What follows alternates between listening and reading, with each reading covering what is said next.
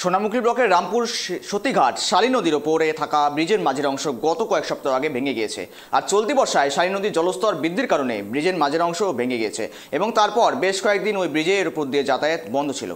এই মুহূর্তে প্রশাসনের নিষেধাজ্ঞাকে অবজ্ঞা করেই সাধারণ মানুষেরা জীবনের ঝুঁকি নিয়ে এই ব্রিজ পারাপার করছেন। যে কোনো মুহূর্তেই প্রাণহানির মতো মারাত্মক দুর্ঘটনা ঘটতে পারে। দেখুন, সোনামুখী ব্লকের রামপুর শালী নদীর ওপর যে সতীঘাট ব্রিজ রয়েছে, সেই ব্রিজ গত কয়েক সপ্তাহ আগে জলের তরে ভেঙে গিয়েছে। ব্রিজের মাঝের অংশ ভেঙে যাওয়ার ফলে বেশ কয়েকদিন যাতায়াত বন্ধ ছিল এবং বিকল্প হিসাবে প্রশাসনের তরফে এই যে নদী শালী নদী পারাপারের জন্য ব্যবস্থা করা হয়েছিল একটি নৌকো। কিন্তু প্রশাসন বারবার করে এলাকার মানুষদের জানাচ্ছেন যে আতঙ্ক নিয়ে এই ব্রিজ পারাপার করবেন না, কিন্তু কার কথা কে শোনে?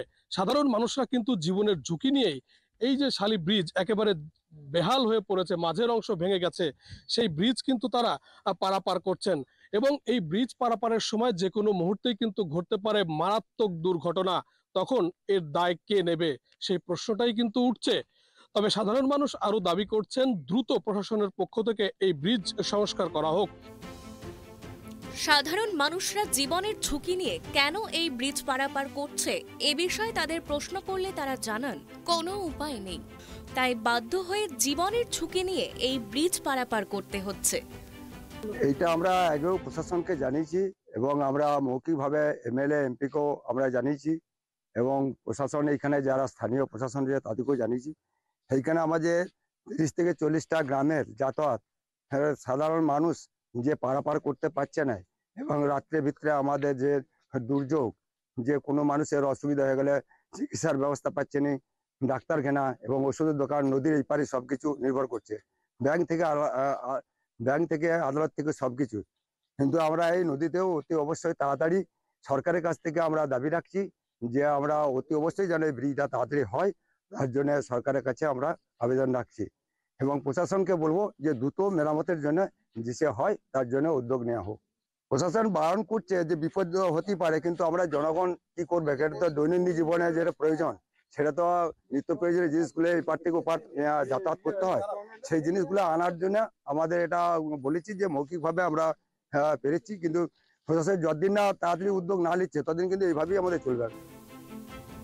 যদিও প্রশাসনের তরফে এই সমস্যা সমাধানের আশ্বাস দেওয়া হয়েছে, এ বিষয়ে সোনামুখী ব্লকের পঞ্চায়েত সমিতির সভাপতি কি জানিয়েছেন শুনুন। প্রশাসন থেকে তো ব্রিজ দিয়ে পারাপার করার জন্য বারণ করা আছে, ওখানে সিভিক মোতায়েন করা আছে, যেদিকেও করছে পারাপার করছে সে নিজে ঝুঁকি দিয়ে করছে। আর নৌকার জল কমে গেছে, আমাদের একটা এস্টিমেট হয়েছে টেম্পোরারি ব্রিজ করার জন্য, যেটা আপনার হিউম পাইপ দিয়ে পরে মাঝে করে এই পাশটা হামিরাটি দিকটা হামিরাটি পঞ্চায়েত যুক্ত হবে, মাঝখানটা পঞ্চায়েত সমিতি করবে, ওই দিকটা পিয়ারবাড়া পঞ্চায়েত করবে। এরকম একটা আপনার রাফ এস্টিমেট হয়েছে, বেটিং হয়ে এলে পরেই আপনার ওটা দ্রুত কাজ শুরু হবে। কিন্তু এটার দায়িত্ব আমরা নিতে পারবো না।